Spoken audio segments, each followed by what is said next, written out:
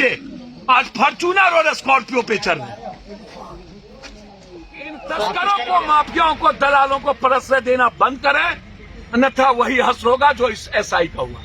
मैं कंप्लीट रूप से जांच चाहता हूं इन नेताओं की, उसके डीएनए का, उसके खून का, उसकी संपत्ति चाहता हूं।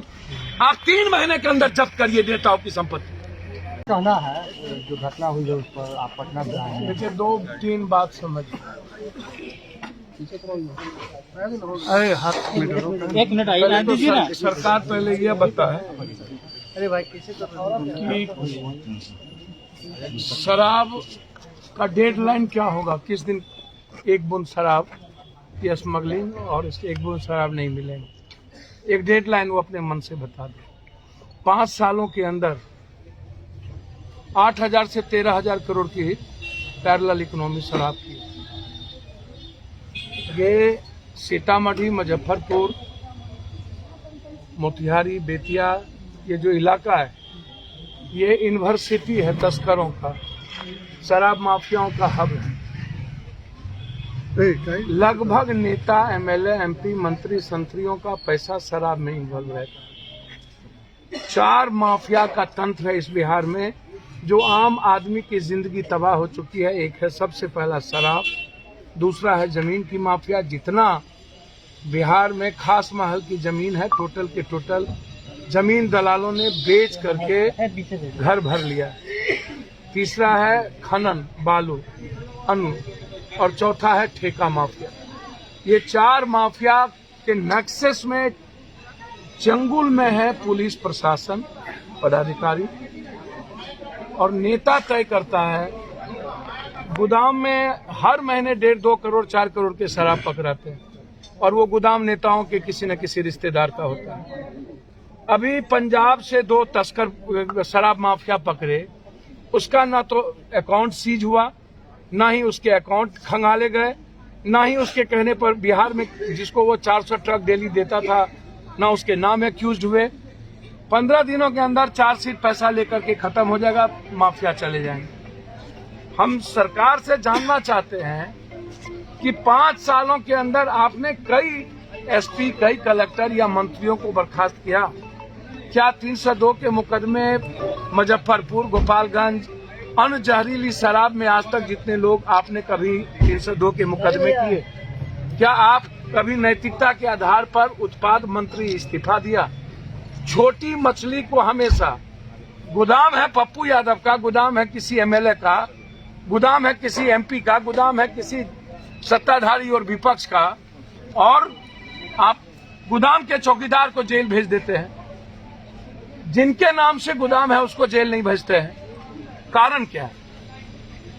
और सबसे बड़ी बात क्या है कि आपने अभी तक किसी की संपत्ति 5 सालों के अंदर जब्त नहीं की।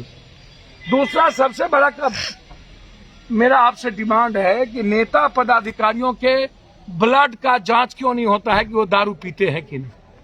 3 महीने के अंदर बिहार में आप यदि नेता और पदाधिकारी का ब्लड जांच करिए तो पता चल जाएगा कि लोग हर सप्ताह मिनट टू मिनट 90-95% नेता का यदि आप ब्लड जांच कीजिएगा तो दारू का सेवन मिलेगा पदाधिकारी।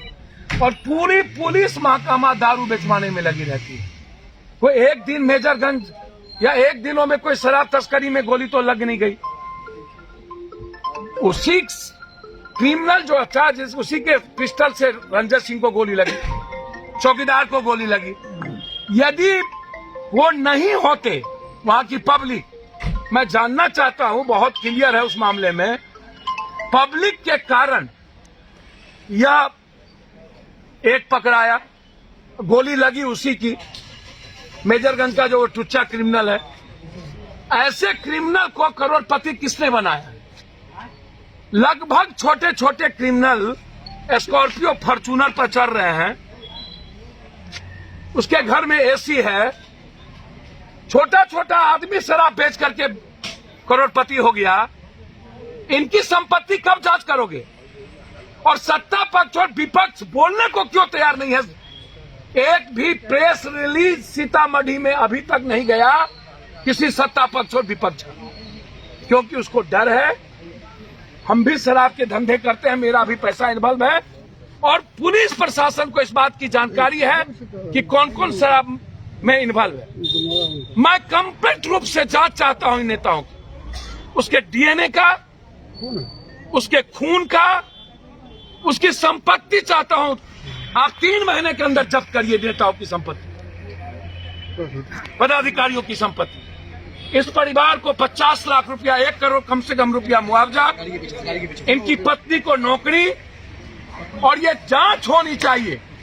क्या उनके फैमिली को किसी को मारा है उसके लिए जांच होनी चाहिए कि किस परिस्थिति में मोटरसाइकिल से पेट्रोलिंग में जाया गया और कितने दिनों से पूरा का पूरा सीतामढ़ी शराब का केंद्र बिंदु बना हुआ है।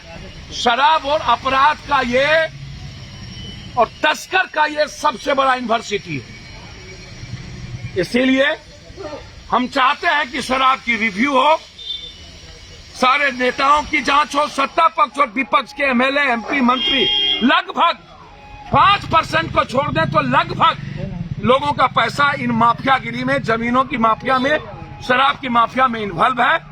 जब लॉ है कि किसी का नेता का बाल बच्चा ठेका नहीं करेगा, तो सारा ठेका नेताओं का बाल बच्चा करता है। काहे? इसलिए मैं डिमांड करता हूं कि इसकी संपत्ति जांच हो, पूरे नेता और प्रशासन के पदाधिकारी का खून जांच हो कि कौन कौन दारू पीते हैं, और उस पर मुकदमा हो। किसी भी परिस्थितियों में शराब, नीतीश जी यदि आपका जिद है तो आप तय करिए कि 6 महीने के अंदर शराब एक भी नहीं बिकेगा, या तो हम रिजाइन करेंगे, या तो आप डेडलाइन दीजिए, या तो आप रिव्यू करिए। और मैं पुलिस प्रशासन को आग्रह करूंगा कि ईमान यदि कहीं है कि इन तस्करों को, माफियाओं को, दलालों को परस्से देना बंद करें, अन्यथा वही हश्र होगा जो इस एसआई का हुआ।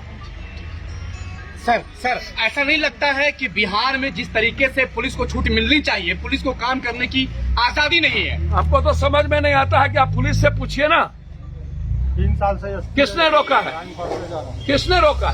सरकार, किसी ने नहीं रोका है। शासन की सरकार। भैया तो सुशासन जानिए, पोस्टिंग कौन करता है? पोस्टिंग होती कैसे है? 2.5 सालों में पोस्टिंग क्यों होगी?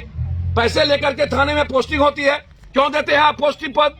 कौन रोका आपको गोली चलाने से? एक दिनों में शराब, पूरा तस्कर तो वहां था नहीं। यदि आज 5 सालों से शराब की तस्करी चल रही है और वहां पर थानेदार है, पुलिस है, तो आप उसके अंडर में चल रही है, पुलिस सरकार के अंडर में नहीं। पुलिस बल की भी कमी है, दारोगाओं की कमी है, अच्छे भैया अधिकारियों की कमी है। ये सरकार देगा, लेकिन जो पुलिस है, जो थाने में लोग हैं, वो कंप्लीट रूप से उनके अंडर में शराब बेचे जाते हैं और माफियाओं को पूरा का पूरा प्रश्रय मिलता है पुलिस के द्वारा। नेता उसमें इन्वॉल्व है, पुलिस की पूरी सह रहती है, क्योंकि सबसे ज्यादा यदि आज पैसा किसी से है तो शराब से इनकम है। इसीलिए शराब आज के डेट में 8,000 से 13,000 करोड़ का सरप्लस रेवेन्यू है, जो बिहार के आम आदमी की जिंदगी तबाह भी कर चुकी। और मेरा पैसा नेपाल, झारखंड, बंगाल, यूपी, हरियाणा जा रहा है, और छोटे छोटे टुच्चे आज फॉर्च्यूनर और स्कॉर्पियो पे चल रहे हैं। आप कुछ कर भी रहे हैं क्या इनके परिजनों के लिए? हम तो डेली करते हैं। अभी शराब में आप मार दिए तो सारे लोगों को जाके मदद की। आप अभी देवनंदन वर्मा को गोली मार दिया, एक विधायक ने मरवा दिया, हम 2 लाख रुपया जाके मदद कर दी। यदि ये परिवार सरकार नहीं करेगी तो पप्पू यादव तो करेगा ही। आखिर क्या वजह है कि पप्पू यादव जैसे इतने महान नेता हर घटना के बाद आप घटनास्थल पर पहुंचते हैं, चाहे आपको 100 किलोमीटर का फासला तय करना हो या फिर 200 किलोमीटर का, उसके बावजूद भी इलेक्शन में रिजल्ट वैसा नहीं मिल पाता जैसा। अब ये अभी राजनीति करें या मौत को देखें, ये पब्लिक से समझिए। यहाँ एसपी क्या पब्लिक से समझिए, पब्लिक के बारे में भगवान तय करे। मेरी जिंदगी कॉमन आदमी के लिए है। मैं अंतिम सांस तक आम आदमी को बचाऊंगा। अपराधी, नेता, माफिया और इस सिस्टम के खिलाफ अंतिम सांस तक, दम तक लड़ूंगा। जितनी मुझ में औकात और ताकत होगी, सांस बचेगा तब तक लड़ेंगे एक सिस्टम को बनाने और आम आदमी का राज काम करने।